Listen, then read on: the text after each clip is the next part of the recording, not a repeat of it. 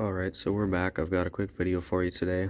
I got some more new remotes and some other things, once again from Holigetdaw / Noah Mountain, so thank you again for sending me some more stuff. So I'm just going to scan through these real quick. I want to get this video over with, so we'll start off up here with wall consoles I got. This here is the overhead door Series 2 wall console. This is the older style one. This is the lock. It's like an on-off switch, and then these are just regular buttons. It is a little bit different styling than the Genie button. I have no clue what the model number is. Looks like it was made in 2013. Next we have a Precision / Marantec wall button. Not sure what the model number on that is, and I don't know what the date is either. And this is one of the ones that you can actually take. Let's see if I can do this here with one hand. Maybe. There we go. Almost. There we go. You can actually take this piece off, and then they made pieces of these that you could actually attach two wall buttons together and make it look just a little bit cleaner. So yeah, that's the Precision branded one. I got a Guardian wall console. Yeah, Guardian, not the greatest, but yeah, I'll take it because I don't have one of these yet. This one just kind of flips up and you can see the door control button there.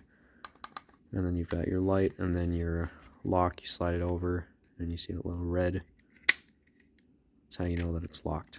And I have no clue what the model of this one is either. Next we have two Genie Model AT85 remotes. These are on 390 megahertz. And these ones, this one had a sticker on it, which is why there was that lighter spot there. This one's a little bit cracked. This one's definitely seen some use.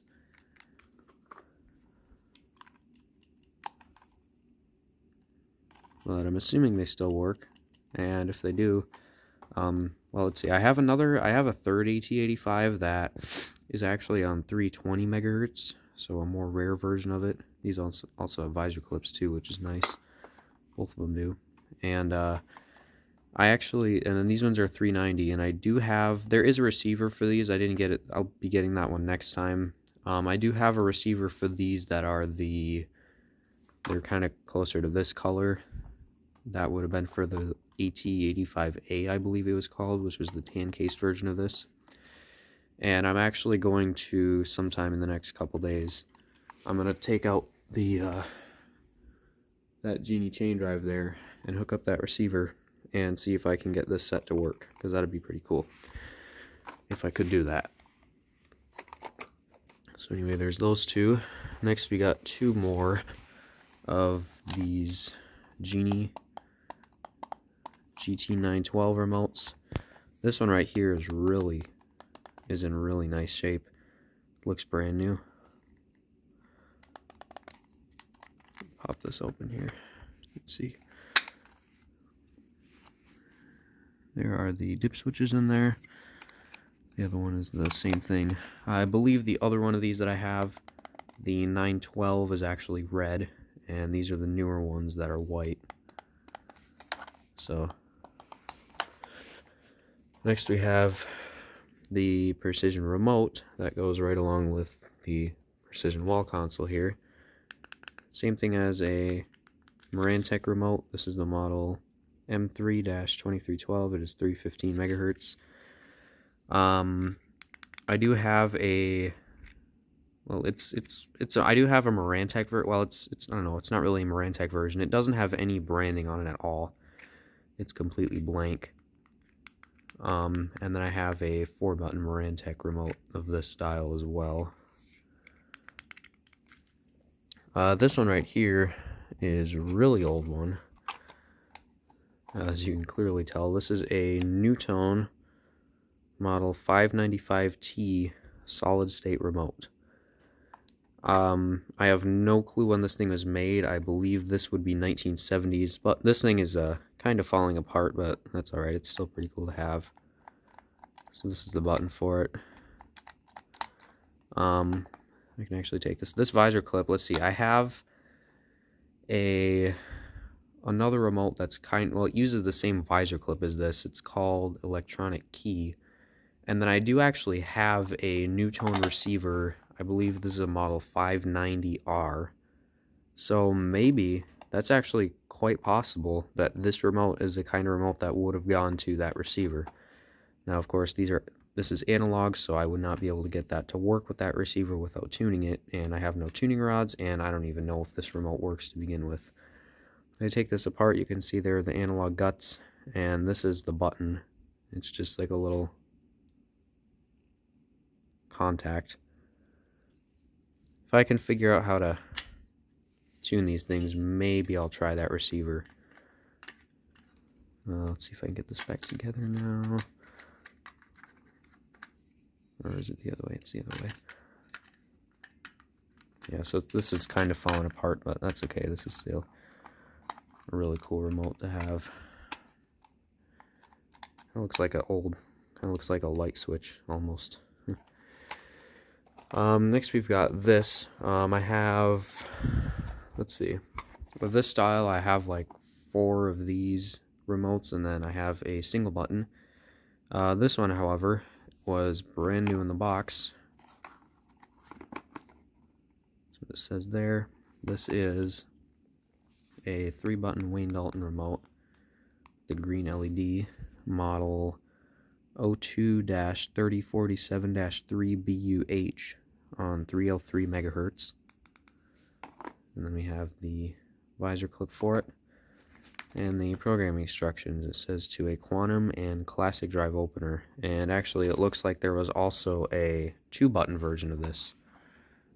It says 1, 2, or 3 button, and this is let's see, you can actually change, so it looks like these might be fixed code actually. So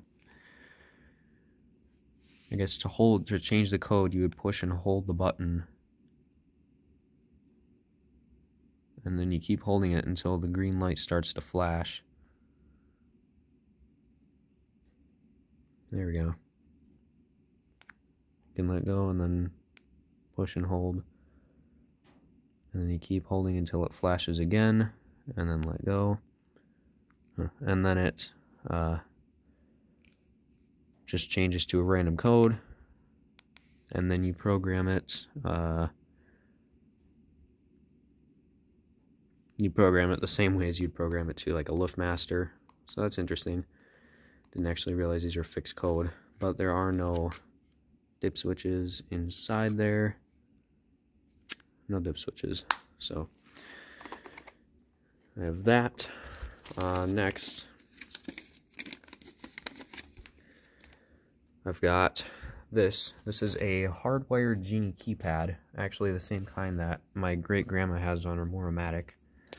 And unfortunately, the cable here, oh, looks like we have a date, 1993, huh.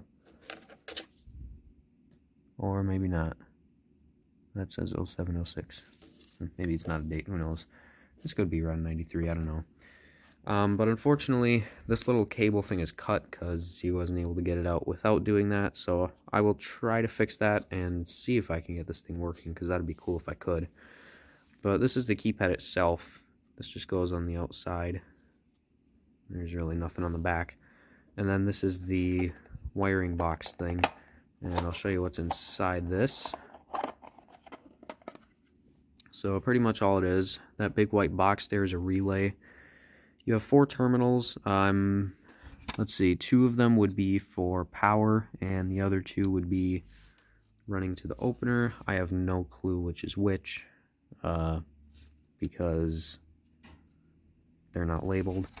And then this right here is your switch that you would slide this over, type in your code, and then slide that back over to store it. So works pretty much the same way as the Chamberlain wired keypad does.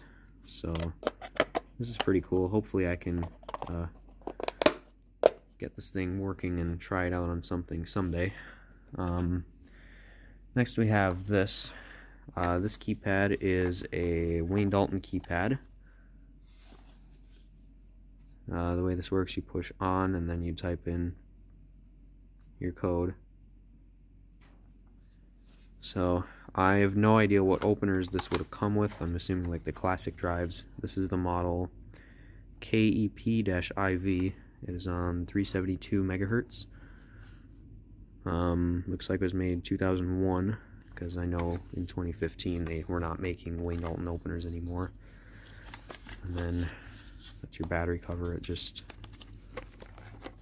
pop off like that. I can't do it with one hand, but so that's kind of interesting. These sensors are the Marantec sensors that would go with the Marantec wall button and remote over there. These are the sensors that would go to those openers. Let's see, it looks like this one is the receiver eye, and it looks like they mount in the brackets. There's just two little screws there, and then it would kind of slide out of that track. And then this one would be the sending eye. You can see in there it says TX, and you can see it has little like adjustments there to adjust like how far out from the wall you want it to be. So that's kind of interesting. So now if I ever get a Marantec, I have stuff for it. Anyway, on to the other stuff that I got. So as you guys know, well, let's see, I have that Genie chain drive there that I can't show on anything because I did not have chain dogs for it. I have, it's up here, I have that Stealth and that Promax, as well as this Phantom that I have not been able to show on anything because I don't have the sprocket for it. And I also have that Linear that I can't show on anything because I don't have a sprocket for it. But that has now changed with some parts that I have down here. So here we have, let's see, these right here, well, these are actually chain dogs from a Wayne Dalton Wizard that they just clip into the chain. So whenever I decide to try and put the Genie chain drive there on something, I'm going to try using these. If they don't work, no big deal. I'll try and 3D print something. We have, alright, so this is another trolley and inner slide for the Promax and Stealth and Phantom operators. And I do have another one of these trolleys that's original to the Promax that has the release rope on it. So there's that. This here is the sprocket that would go on the Promax and Legacy, or not Legacy, I don't have a, well, it would go on the Legacy, but I don't have one of those. You can see kind of that D-shaped hole there, and then it just kind of fits in here to keep the sprocket from coming off. And then this is the front idler piece for the Genie overhead door chain drives. You can see, let's see if I can pull this out here. This is how you adjust the chain. It's just when you tighten this bolt here, it pushes, or it pulls this pulley farther back to make the chain tighter, and it just slides into this little piece on the bracket there. So, yep, there's that. And then for linear parts, this is the, let's see, this is in rough shape here. It should still work. You can see that the sprocket's a little bit broken, and this is also cracked some. The crack doesn't go all the way to the bottom, so it should work still. I mean, I don't see why it wouldn't work, but again, it just fits in there, and you can see how, there you go, that, again, that D shape in there. This is a linear trolley, and it does have the inner slide piece in it. It's one-handed again.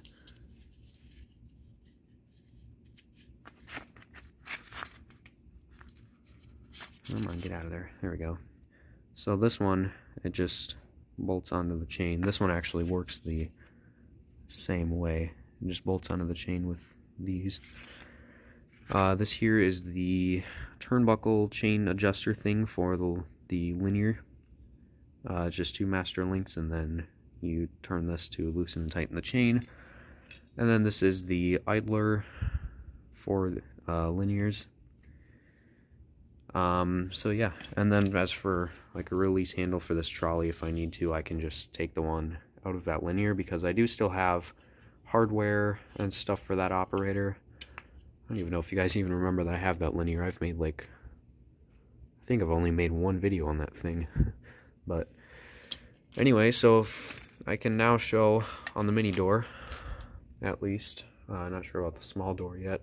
I just don't think I'd have enough chain for it. I do have one of these. I have a bunch of extra chain from that LiftMaster MT commercial opener. I took all that extra chain, so I'm going to use that to make chains for these operators.